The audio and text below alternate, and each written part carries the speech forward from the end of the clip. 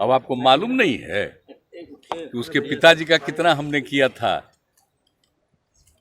सम्मान ही नहीं दिया था, उनका हमने समर्थन किया था। शुरुआती दौर की बात है। एक राज्यसभा की सीट के लिए जिस तरीके से मुख्यमंत्री नीतीश कुमार जी ने हमारे नेता को अपने आगे गिड़गिड़वाने तक का काम करवाया, निरंतर उनकी पार्टी को तोड़ते रहे। 2005 में जब हम लोग 29 विधायक जीत कर आए थे, किसने तोड़ने का काम किया? मुख्यमंत्री नीतीश कुमार जी ने तोड़ने का काम किया। रह रहकर पार्टी के सांसदों, पार्टी के विधायकों, पार्टी के विधान पार्षदों, किसने तोड़ने का काम किया? मुख्यमंत्री जी ने तोड़ने का काम किया ना। और आज वो बोल रहे हैं कि उन्होंने उनको सम्मान देने का काम किया। और सम्मान आप किसी के निधन के बाद इस तरीके की भाषा का इस्तेमाल करके, व्यक्तिगत टिप्पणी करके। आप लोग को याद होगा 2020 में जब ये चुनाव को लेकर गठबंधन की जब घोषणा हुई थी, पटना के किसी एक होटल में उसकी घोषणा की गई थी। उसमें मुख्यमंत्री जी ने क्या कहा था कि अरे जाकर पूछिए रामविलास जी से कि आपने 2 विधायकों की वजह से वो राज्यसभा चले गए हैं क्या? उस वक्त उनका वो तंज कसना और अपने विधायकों की धौंस दिखाना, कहीं ना कहीं वो अपने विधायकों का दबदबा मेरे नेता के ऊपर तब जाहिर कर रहे थे जब मेरे नेता उस वक्त वेंटिलेटर पे थे। उस वक्त मुख्यमंत्री जी बोल रहे थे कि जाकर पूछिए रामविलास जी से, अपने 2 विधायकों की वजह से चले गए। जो घमंड उनको था अपने विधायकों पर, बिहार की जनता ने 2020 में उनके विधायकों को लेकर उनके घमंड को ही तोड़ने का काम किया। जो उस वक्त वो घमंड से बोलते थे कि हमारे इतने विधायक, हमारे विधायकों ने इनको जिताकर राज्यसभा भेजा, बिहार की जनता ने उनके विधायकों की संख्या आधी से ज़्यादा कम कर दी। बिहवा तो दूसरा वहां जाके दिल्ली में न किए हैं, तो जब वहां रहते थे वहां जाते नहीं रहते थे। पर मेरे पिताजी के मरने के बाद, उनके देहांत के बाद, आप जिस तरीके से एक व्यक्तिगत टिप्पणी उनके ऊपर कर रहे हैं, क्या आपको शोभा देता है मुख्यमंत्री जी? ईमानदारी से बताएं, क्या आपको शोभा देता है कि उनके व्यक्तिगत संबंधों को, उनकी शादी ब्याह को लेकर आप जिस तरीके से आप टिप्पणी कर रहे हैं, क्या आपका वो स्तर है मुख्यमंत्री जी? क्या आप जिस पद पर हैं, आपके पद की जो गरिमा है या आपका खुद का जो व्यक्तित्व है?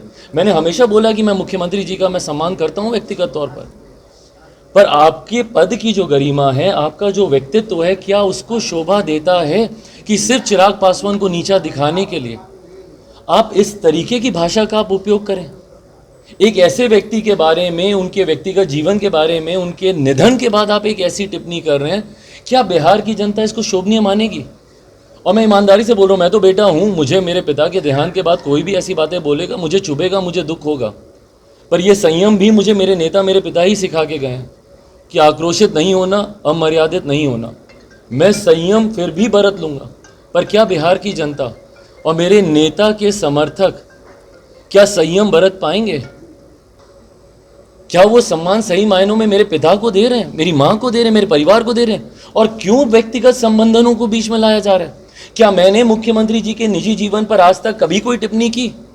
भाई, मेरे पिता का जीवन एक खुली किताब रहा है, खुली किताब रहा है। जो उन्होंने किया, उन्होंने डंके की चोट पे किया। ना कभी उन्होंने अपने किसी रिश्ते को छुपाया, ना कभी उन्होंने अपने सार्वजनिक जीवन और अपने व्यक्तिगत जीवन में कभी कोई पर्दा रखा। पर इतनी पारदर्शिता तो मुख्यमंत्री जी ने कभी नहीं रखी ना। क्या किसी ने टिप्पणी की उनके ऊपर?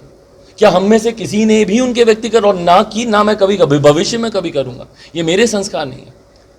पर मुझे दुख होता है कि भैया, बिहार के मुख्यमंत्री, उस पद की एक गरिमा होती है, उनके व्यक्तित्व की एक गरिमा है, उसमें रहकर अगर वो इस तरीके की भाषा का उपयोग करेंगे, मुझे लगता है बिहार की जनता पहले ही उनसे बहुत आक्रोशित है। लेकिन जो हम लोगों को वहाँ के लोगों ने बताया है, तो उसमें बिल्कुल ही राष्ट्रीय जनता दल के जो लोग हैं, आरजेडी के, दोनों जगह पर जीतने जा रहे हैं। ये सब सारी बात है। भाई, मैं कल मोकामा गया हूँ, इसलिए मैं खुद व्यक्तिगत अनुभव से इस बात को कह सकता हूँ। जो एक तरफा माहौल था, अगर आप उन दृश्यों को देखें, मैं अभी थोड़ी देर में कुछ वीडियोस भी अपने सोशल मीडिया प्लेटफॉर्म्स पे मैं शेयर करूंगा आप सबके साथ। मैंने कल, आप लोगों ने वैसे भी देखे होंगे सारी पिक्चर्स और वीडियोस, कल भी हम लोगों ने दिन भर डालते रहे, या जो भी मीडिया कर्मी जो मेरे साथ गए, या आप सबके जितने पत्रकार मित्र वहाँ पे होंगे, वो सब बताएंगे आपको इस बारे में। मतलब एक अनप्रेसिडेंटेड, और ये कहने के लिए नहीं, हकीकत में मैंने खुद अनुभव किया है कि ये एक अभूतपूर्व जन सैलाब कल वहाँ पे देखने को मिला। भाई, रोड शो 7-8 घंटे तक निरंतरता में चलता रहे, और 7-8 घंटे तक हम लोग सिर्फ गाड़ी पे खड़े रहे हैं। 1 मिनट की फुर्सत या 1 मिनट का पैच ऐसा नहीं था जहाँ पे कि मैं या प्रत्याशी वहाँ पे सोनम जी हम लोग बैठे हों या हम लोग रुके हों।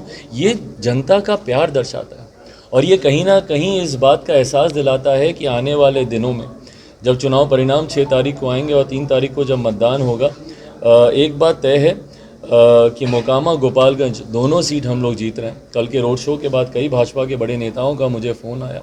कल के बाद से जो एक नई परिस्थिति भी वहाँ पे बनी है, ये भी अपने आप में दर्शाता है कि दोनों जगह जीत हम लोग की, बीजेपी के कैंडिडेट्स की सुनिश्चित है। जीत के मार्जिन के लिए अब हम लोग को प्रयास करना होगा कि इतना उसको बढ़ा सकते। अभी सब तो बच्चा न है जी। देखिए मुख्यमंत्री जी, मैंने हमेशा व्यक्तिगत रिश्तों की का मैंने सम्मान किया है। अगर आप उम्र के हिसाब से देखें तो मुख्यमंत्री जी मेरे पिता की उम्र के हैं, उनके सामने तो ज़रूर मैं बच्चा हूँ।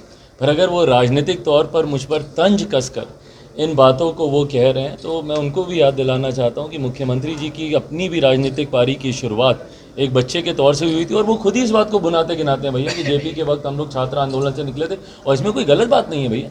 कई ऐसे छात्र आज की भी तारीख में हैं जो कि राजनीति से जुड़ना चाहते हैं। जेपी जी के वक्त इन लोगों को मौका मिला, मेरे खुद के नेता, मेरे खुद के पिता उसी छात्र आंदोलन से निकले हैं। पर दूसरे को नीचा दिखाने के लिए ये व्यक्तिगत तंज, ये अच्छी बात नहीं है, ये शोभा मुख्यमंत्री जी को नहीं देता।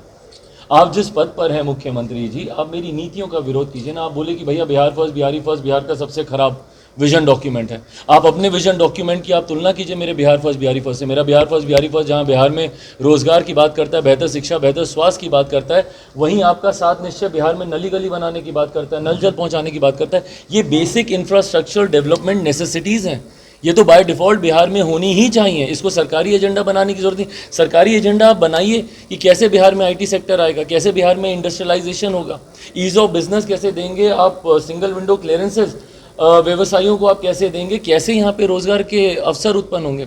पर इन तमाम बातों को करने की बजाय मुख्यमंत्री जी जिस तरीके से व्यक्तिगत कटाक्ष करते हैं, मेरे बारे में तो खैर उन्होंने जिन अपशब्दों का इस्तेमाल किया, अपशब्द नहीं, खैर बच्चा बोलना किसी को कोई अपशब्द नहीं है, कोई बात नहीं, वो भी मेरी सराखों पर